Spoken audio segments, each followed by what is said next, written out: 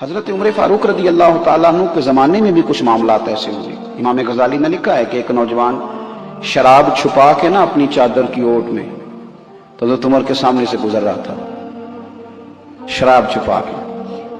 میں اکثر کہتا ہوں کہ آج بھی کوئی منع کرنے والا ہو تو لوگ منع ہونے کو تیار تو ہیں، پر ہم منع کرنے کو تیار نہیں ہوتے۔ ہمارے کہنے پر اگر بڑے بڑے چندے لوگ دے دیتے ہیں تو امید ہے نمازی بھی وہی جائیں گے۔ حضرت عمر کے زمانے میں بھی یہ مسئلہ ہوا۔ میری باتوں کی سمجھ آ رہی ہے سارے دوستوں؟ ایک نوجوان جا رہا ہے، شراب چھپائے تو سیدنا فاروق اعظم نے تلوار نکالی ہوئی، یہ کیا ہے، کدھر جا رہے ہو؟ تو وہ کہنے لگا حضور وہ نا سرکہ ہے میرے پاس، اور اندر دعائیں مانگ رہا ہے، یا اللہ آج عمر سے بچا لے، آج کے بعد شراب نہیں پیوں گا۔ اندر دعائیں مانگ رہا ہے، اللہ عمر سے بچا لے، آج کے بعد شراب۔ حضور سرکہ ہے سرکہ۔ حضرت عمر کہنے لگے کھول نہ ذرا۔ چادر کھولی تو بوتل میں واقعی سرکہ نکل آیا۔ وہ الحمدللہ الحمدللہ پکار کے چلنے لگا۔ ایک روایت میں نے ایسی بھی پڑھی کہ جب وہ جا رہا تھا تو حضرت عمر نے آواز دی، فرمانے لگے عمر سے ڈر کے توبہ کی ہے تو شراب کا سرکہ بنا ہے، اگر تو رب سے ڈر کے توبہ کرتا تو اللہ نے اس کو شہر بنا دینا تھا اور تیرے کام آ جاتا۔ کوئی ہونا تو چاہیے نا منع کرنے والا۔ لیکن حضرت عمر کے سامنے ایک بی بی لائی گئی، اس نے زنا کیا، سیاستہ میں روایت۔ حضرت فاروق اعظم نے حد جاری کر دی، فرمایا لے جاؤ اسے، سنسار کرو یا کوڑے مارو۔ صحابہ لے کے جا رہے ہیں، مولا علی شیر خدا آ گئے، کہاں لے کے جا رہے ہو؟ حضور اس پر حضرت عمر نے حد لگائی ہے، فرمایا عمر کو تم نے بتایا تھا کہ یہ تو بیچاری دیوانی ہے، یہ تو ذہنی طور پر کمزور ہے، یہ تو مجذوب ہے، اسے تو پتہ ہی کوئی نہیں، یہ بتایا تھا؟ حضور نہیں۔ فرمایا عمر نے پوچھا تھا؟ حضور نہیں۔ فرمایا چلو واپس چلو، حق قبول کریں۔ حضرت مولا علی شیر خدا واپس لائے۔ فرمایا عمر فیصلہ کرتے ہو، پوری بات کیوں نہیں پوچھتے؟ آپ نے کہا لی کیا ہوا؟ فرمایا تم نے اس عورت پہ حد لگائی؟ حضور لگائی۔ فرمایا تمہیں پتہ ہے یہ مجذوب ہے، دیوانی ہے، مرفوع القلم ہے، اس پر حد نہیں لگتی؟ عرض کی کہ حضرت عمر فاروق فرمانے لگے مجھے تو پتہ ہی نہیں۔ آپ فرمانے لگے پہلے پتہ کیا کرنا، پھر معاملہ طے کیا کر۔ تو حضرت عمر نے کوئی بہانہ نہیں کیا، بہانے بھی ہوتے ہیں نا، انہیں میں صحیح نہیں گل دسی، اے بندے نے میں انج کیا سی، کوئی بہانہ نہیں لگایا۔ عمر نیچے اترے اور سجدے میں گر گئے، یا اللہ عمر کو معاف کر دے، یا اللہ عمر کو معاف کر دے۔ اور پھر چمکتے ہوئے جملے سیدنا فاروق اعظم کے فرمانے لگے لوگو آج اگر علی نہ ہوتا تو عمر ہلاک ہو جاتا، آج اگر علی نہ ہوتا تو عمر ہلاک ہو جاتا۔ سمجھے آپ؟ قبول کریں اگر آپ تک، شکر کریں حق اگر کسی تک آ گیا، حق کو مانیں اور ڈٹنا سیکھیں اور حق بات کہنا سیکھیں۔ اور ایک بات اور آپ سے عرض کروں، جب آپ تک حق آ جائے تو اسے قبول بھی کریں، حق آ جائے تو اسے نہ۔ میں سیدنا فاروق اعظم کی بات کرتا ہوں، ایسا نہیں کہ بندہ کچا ہے، نہ نہ، حضور نے فرمایا عمر کی زبان پر تو رب نے حق جاری فرما دیا، فاروق جو کہہ دیں اللہ اس کے مطابق قرآن نازل کر دیتا ہے۔ امام سیوطی نے ان آیات کی تفصیل لکھی ہے جو حضرت عمر کی رضا کے مطابق نازل ہو گئی۔ حضرت بشر حافی رحمۃ اللہ علیہ نے کوئی کتاب نہیں لکھی، حضرت بشر حافی رحمۃ اللہ علیہ نے کسی مسجد میں تدریس نہیں کی، وہ تو ان کو تو لوگ دیوانہ کہتے تھے، ننگے پیر پھرنے والا بندہ ہے۔ لیکن امام احمد بن حنبل نے 14 جلدوں میں حدیث کی کتاب لکھی۔ امام احمد بن حنبل بہت بڑے محدث، بہت بڑے شیخ، بہت بڑی ہستی، لیکن امام احمد بن حنبل نے کھل کے تعریفیں کی حضرت بشر حافی نے، کسی جگہ نہیں کہا کہ یہ تو ان پڑھ بندہ ہے۔ تو یہاں سوال ہی نہیں پیدا ہوتا۔ کسی نے پوچھا امام احمد بن حنبل سے کبھی لاجواب ہوئے تھے؟ فرمایا ہوا ہوں۔ ایک بوڑھی آئی تھی مسئلہ پوچھنے، پردے کے پیچھے میں نے بٹھا لیا، میں نے کہا پوچھئے، تو کہنے لگی میں غریب اور بیوہ عورت ہوں، بے اولاد بھی ہوں، چاند جب 14ویں کا پورا چمکتا ہے تو چرخہ چھت پہ رکھ لیتی ہوں، اور چھت پہ چرخہ رکھ کے نا تو چرخے سوت کاٹتی ہوں، تو کئی دفعہ نا بادشاہ کا لشکر گزرتا ہے، بڑی بڑی لالٹینیں ہوتی ہیں، اس کی روشنی بھی کئی دفعہ پڑ جاتی ہے، تو بچائیے اس روشنی میں کاتا ہوا سوت میرے لیے جائز ہے کہ ناجائز ہے؟ تو حضرت امام احمد بن حنبل کہتے ہیں مجھے چکر آ گیا، اللہ اکبر اللہ اکبر۔ میں نے کبھی بھی پہلے نام بتا تو کون ہے، کہاں سے آئی، اتنی باریکی؟ تو کہنے لگی آپ مسئلہ بتائیے کہ پہلے شناختی کارڈ دکھایا جائے، میں جو بھی ہوں آپ بتائیں۔ میں نے منت کی، میں نے کہا مسئلہ بتاتا ہوں لیکن مہربانی کر ایک دفعہ بتا تو کون ہے؟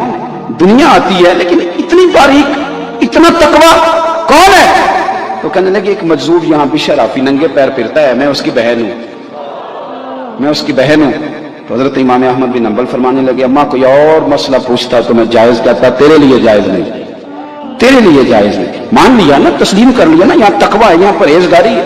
لیکن ہم لوگوں نے تو ایک لسٹ پکڑی ہوئی ہے، یہ جاہل ہے، یہ فارغ ہے، یہ پاگل ہے، ایک لسٹ ہے، آپ لے لیں، سویرے لے لیں کتنے بندوں کو، اور پھر آج آ کے بچوں گا کون؟ صرف میں، اس سے آگے کوئی مزید بندہ ٹھیک نہیں بچتا.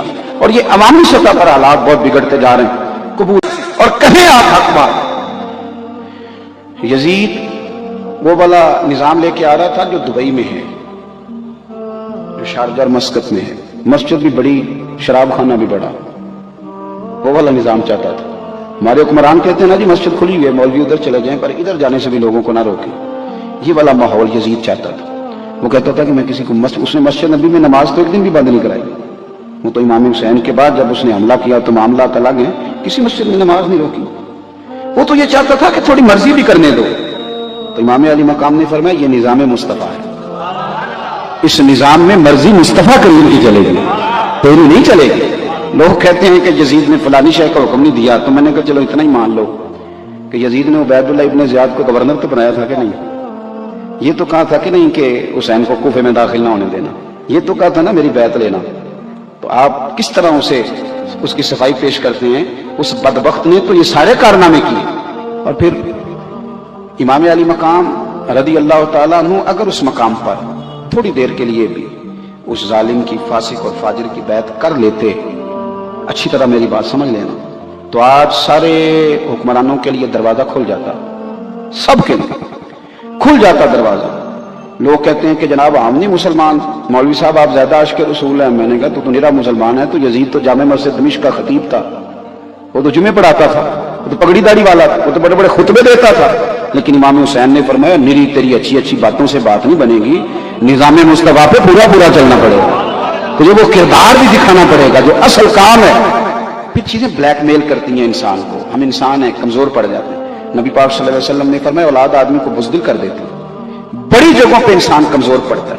یہ وطن چھوڑنا ایک بہت بڑا مشکل کام ہے. کرائے کے مکان سے عورتیں جب نکلتی ہیں تو روتی ہوئی نکلتی ہیں، کرائے کا مکان ہوتا ہے پر روتی ہوئی وہاں سے باہر آتی ہیں. میرے بھائی امام حسین کو مدینہ چھوڑنا پڑا. اور آپ کو ایک بات بتاؤں، ایک قربانی امام حسین کی سنو. مدینے میں امام حسین رہتے تو بہت بڑا لشکر بنتا امام حسین.